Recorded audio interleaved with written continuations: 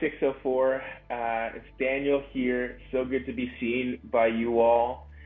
This year has been one of just immense challenge and an opportunity as well for so many. And I think that, for different people, it impacted people in different ways. But for us, my wife and I, we direct a internship program for young adults, kind of post high school. And a big kind of emphasis of our program is mission.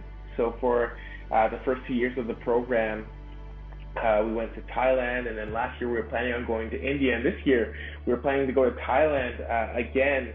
But unfortunately, because of travel regulations, we weren't able to do those things. And we kind of sat back with our team, with the team of interns who are with us, and we chatted with them, and we're able to get a sense of, okay, why are you here? Why are we here?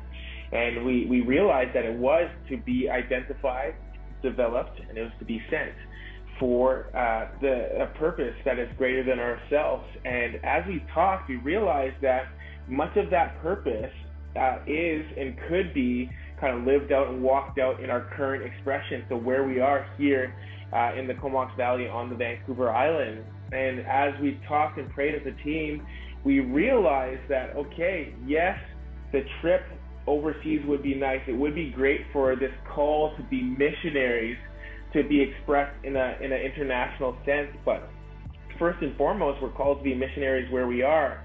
And as the year went on and students were able to engage with our service recordings, connect with local schools, and be able to kind of walk alongside local kids and families, we realized that God very much so had a purpose for the season for us. And we realized that the purpose was actually found in the weakness or found in the drawbacks as opposed to happening in despite of it. So I think that when we're facing these seasons, it's so easy to think, this God couldn't work in this kind of situation, or he might be limited by this specific roadblock. But we have to realize that God is very much so in these situations with us. So he's not asking, okay, what can I do to remove them from this situation? But sometimes the very question he's asking is, how can I use this situation for their betterment? So sometimes the betterment isn't seen immediately, but I've realized that God very much so has our betterment in mind and the furtherance of his kingdom in mind.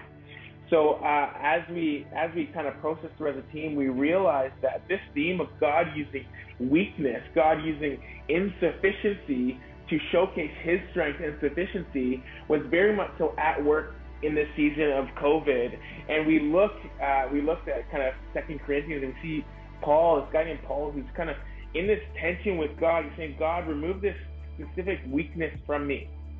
And God doesn't do it. God doesn't actually respond favorably to his request. God says, it's actually my grace that's sufficient in you. It's my power that is made perfect, or is put on display through your weakness. And for us as a church, as a program, individually, me and my wife, we've been able to realize that very much so now, more than ever, God's faithfulness is at work. His power is made perfect in the weakness. So when there's the regulations at school or the online education, you say, why is it that we're doing this? Why is it that I can't go to youth? Why is it that we can't run church in the way we're used to running it? When you're in those moments, I would just want you to step back, as we did, because it was such an encouragement. It just filled our hearts. We just step back and ask, God, what is your purpose? What is your provision in the face of this weakness? And he has something, because he's true and he's faithful. So it's so good, again, to be seen by you all, and all the best, 604. Love you guys.